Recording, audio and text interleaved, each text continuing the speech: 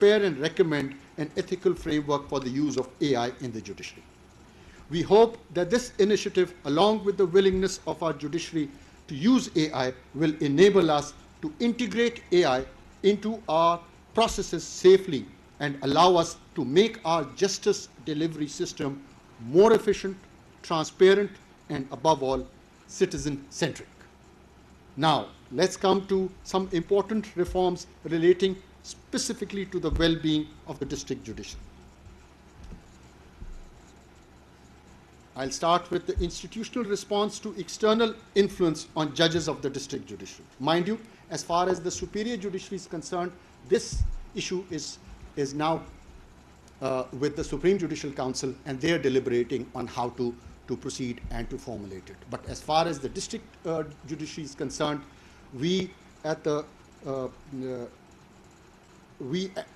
have decided that we will proceed as under. Before I tell you how and what the committee has decided, let me tell you about my views on it.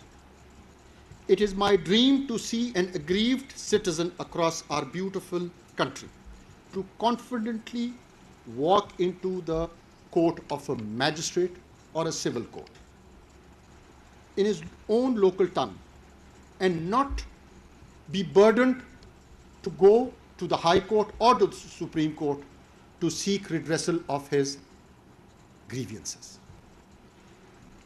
But to make this happen, we must ensure that the district judiciary is empowered, protected, and fully supported in discharging its duties. Now, in this regard, you will be pleased to know that the committee has resolved that each High Court shall formulate clear guidelines for members of the district judiciary to follow in case they face any extraneous influence, along with the defined response of the High Courts to counter such instances. I have invited the Chief Justices of the High Courts to consider including the role of the Chief Justice of Pakistan in response framework they choose to adopt, so that the institutional support is strong and unified. The message must be clear to all that the Chief Justice of Pakistan shall stand with and support an independent, honest, steadfast judicial officer, inshallah. Let's come to some less emotional issues. This is regarding performance evaluation of district judiciary, standardization of recruitment mechanism of district judiciary policy forum, parity in terms and condition of service of district judiciary, access to international exposure opportunities. These were issues when I used to go to these remote areas and meet the judicial officers over there. These were highlighted by them when I met them. Now, it's very easy for us to sit in the Supreme Court and frame policies regarding them. No, we decided we're not going to go this way. We said, let the district judiciary ponder over it and let them deliberate and finally propose to us what they want. Because it does not restrict to a particular province or a high court.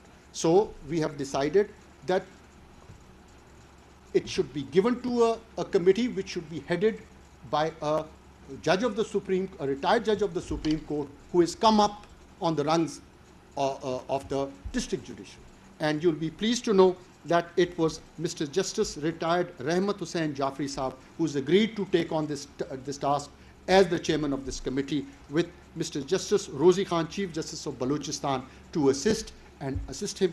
Similarly, the registrars of the High Courts and the Director General of Federal Judicial Academy, all of them are from the district judiciary. And I hope and pray they seek your guidance in this. And I must tell you that this is something which is very close to my heart. And I hope and inshallah we will be able to give you what you deserve, what you need and what you deserve. Now to some good news also. You will be pleased to know that we are in contact with the Supreme Court of People's Republic of China and the Constitutional Court of Turkey to enter into MOU for judicial cooperation for a period of 5 years. In this regard, the Supreme Court of China, agreeing to the terms of the MOU, has informally committed to host 30 judicial officers of the district judiciary to visit China next year. As for our engagement with the Constitutional Court of Turkey, our brother Excellency is with us. You'll be glad to know that our first batch of 5 worthy members from the Law and Justice Commission, National Judicial Academy, and from the establishment of the Supreme Court are still on their first trip of 18 days. Hopefully they will be back soon. And I thank you for that, Your Excellency. Respected members of the judiciary, as the Chief Justice of Pakistan has committed to caring for your well-being, he invites you to also commit to the highest ideals of public service. Always be diligent, disciplined, and respectful.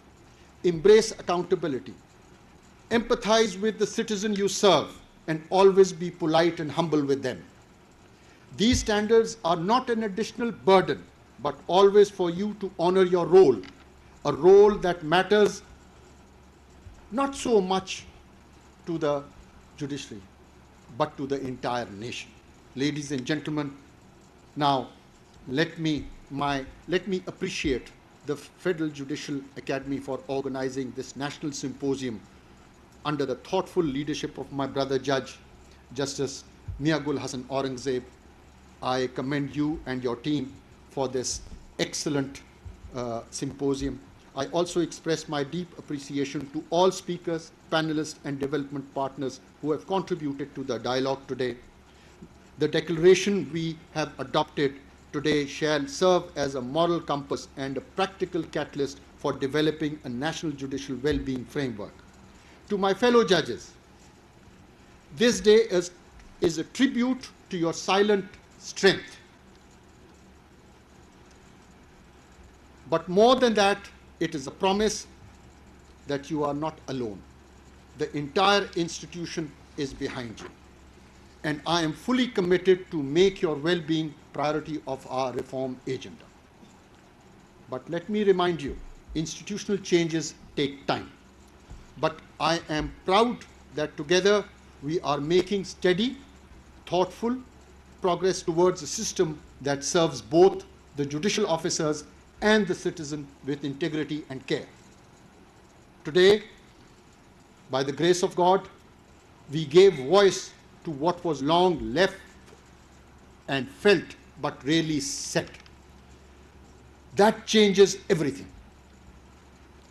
From here on, may our support match the weight of what we carry. May Allah Almighty help us all in this noble endeavor. Ameen. Pakistan Zindabad. Thank you. मुल्क में judicial निज़ाम की बेहतरी के लिए दौरे किए हैं। कानून के बेहतरीन माहिर रोज़ाना की बुनियाद पर केसेस सुन रहे हैं। कौमी जुडिशल पॉलिसी अहमियत की हामिल है। मुकर्रर वक्त में केसेस का हल होना चाहिए। मॉडल क्रिमिनल ट्रायल कोर्ट्स के क़याम पर काम कर रहे हैं। इस सिलसिले में जुडिशल अफसरान को तरबियत भी फराहम की गई है। Chief justice of Pakistan Yahya Afridi का खिताब आप मुलाहिज़ा कर रहे थे। PTV न्यूज़ से ये थी ताज़ा तरीन।